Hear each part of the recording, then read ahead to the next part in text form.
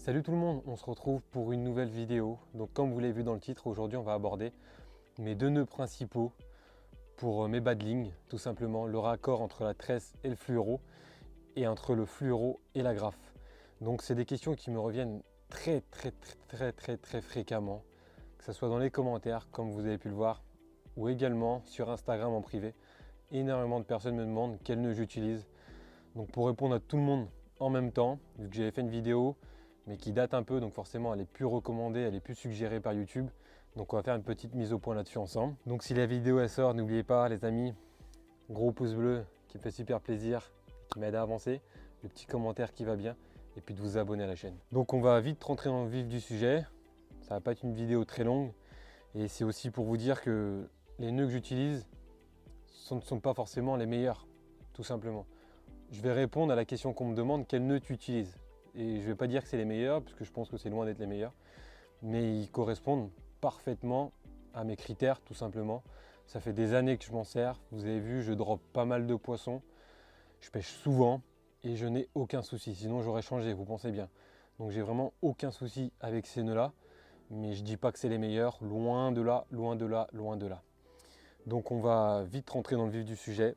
Dans un premier temps, je vais vous dire la longueur de badling que je mets. Je vous dis souvent dans les commentaires, mais pareil, les écrits, c'est pas pareil que l'oral. Je vous dis, je mets minimum 1m60, maximum 2m70. Quand je dis minimum 1m60, je ne vais pas mettre 1m60 de badling. Je vais directement mettre beaucoup plus. Mais dès que j'arrive à 1m60 à peu près, si mon badling est encore en forme, parce qu'on coupe à chaque fois, on coupe, on rétrécit. Dès que j'arrive à 1m60, je change de badling. Je ne mets pas moins d'1m60 en gros. Mais quand je mets ma première fois mon badling, je mets 2,50 m, 2 mètres, ouais, à peu près 2 mètres. En général, ce que je mets le plus, c'est 2 mètres, quoi. Je mets sous mon pied, hop, un peu plus que moi. Donc je mets à peu près 2 mètres, 2 mètres 10. En général, c'est la longueur de badling que je mets.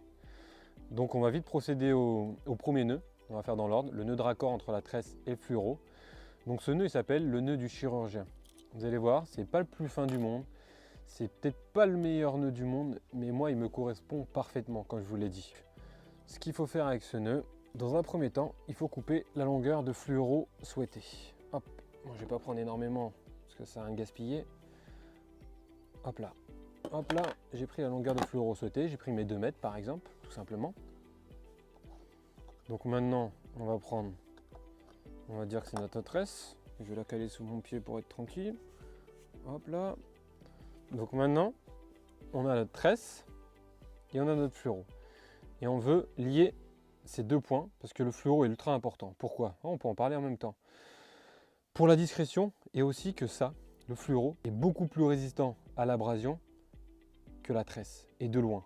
Et le deuxième critère, c'est que c'est invisible dans l'eau, donc on gagne énormément en discrétion. On a notre badling en fluoro et on a notre tresse qu'on va tout simplement superposer.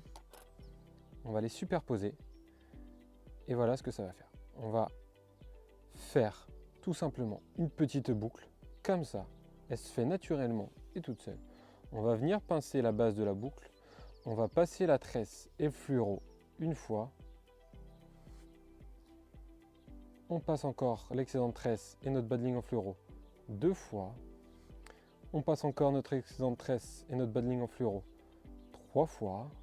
Et on va faire ça 6 fois à peu près en situation de pêche. Là, je vais le faire 3 fois, c'est suffisant pour la vidéo. Et tout simplement, on va venir serrer. On humecte, ultra important. Et puis on finit de serrer. On croise en tirant sur le fluoro et la tresse. On croise en tirant sur fluoro et fluoro. On tire sur tresse et tresse. On tire sur les 4 une dernière fois. Hop, on prend le ciseau.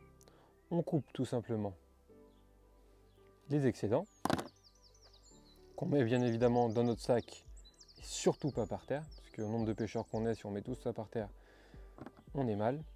On prend l'excédent de fluoro qu'on coupe aussi. Et puis voilà, j'ai mon nœud de raccord entre ma tresse et mon fluoro. C'est pas le meilleur nœud de raccord du monde, c'est ce que je vous ai dit, mais moi, il me correspond super bien et je n'ai jamais de casse sur un poisson ou quoi que ce soit. Donc vraiment un super nœud de raccord, vraiment. Donc maintenant, on va passer au deuxième nœud, tout simplement. Ça va être le nœud palomar. C'est ce qui va lier notre badling en fluoro tout simplement à notre agrafe. J'ai pris une grosse agrafe pour que vous puissiez bien voir. Donc là, c'est simple. On va superposer à la fin de notre bas de ligne, de cette manière-là. On va passer dans la base de notre agrafe.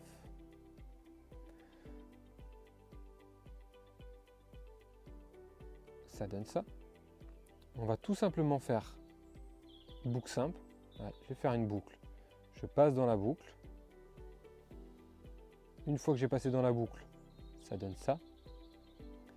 Maintenant, je vais passer l'agrafe dans ma boucle. Ça donne ça. On va tirer sur les deux, l'excédent et le fluorocarbone. Puis on va tirer que sur le fluoro. Que sur le fluoro. On humecte. Et on tire, on tire, on tire. Et là, on a un nœud qui est juste parfait. Là, par contre, celui-là, je pense que c'est le nœud parfait pour l'agrafe. L'excédent qu'on met, bien évidemment, dans le sac. Et non, surtout pas surtout pas par terre. Et puis voilà, on se retrouve avec un nœud de raccord ultra solide et avec un nœud d'agrafe hyper bien. Donc voilà, petite vidéo juste pour vous dire, juste pour vous montrer tout simplement les deux nœuds principaux que j'utilise. C'est ceux-là que j'utilise quasiment, que j'utilise toute l'année et je n'ai aucun souci. J'utilise ces deux nœuds-là depuis plusieurs années et je n'ai aucun souci. Donc vraiment, si vous faites bien votre nœud de raccord en passant 6 fois à peu près, en humectant bien, en serrant bien comme il faut, en croisant pour tirer, votre nœud d'agrafe, vous humectez bien, vous tirez, vous coupez à, allez, vous laissez 2 mm à peu près d'excédent et vous êtes parfait, parfait, parfait. Donc voilà, je me répète encore une fois, ce ne sont peut-être pas les meilleurs nœuds du monde, mais c'est ceux qui me paraissent le plus simple, plus rapide à faire et très ultra efficace. Vous avez vu, hein, j'ai une technique de pêche qui fait que je drop beaucoup de poissons, même des fois des poissons assez conséquents, et je n'ai aucun souci. J'ai très confiance en mes nœuds. Donc si, je ne suis pas expert, mais si moi qui pêche intensément, très très fréquemment, je n'ai pas de souci, je ne pense pas que vous aurez des soucis si vos nœuds sont bien faits. Donc voilà, petite vidéo assez rapide, j'espère que ça vous aura plu. N'oubliez pas, le petit pouce bleu, petit commentaire et puis de vous abonner à la chaîne. Je vous dis à très bientôt, à très vite et en espérant qu'on sorte vite de ça pour qu'on se retrouve au bord de l'eau parce que les vidéos dans le jardin ça me plaît mais à un moment donné je préfère les faire au bord de l'eau. Allez, je vous dis à bientôt les amis et restez chez vous. À bientôt et merci beaucoup.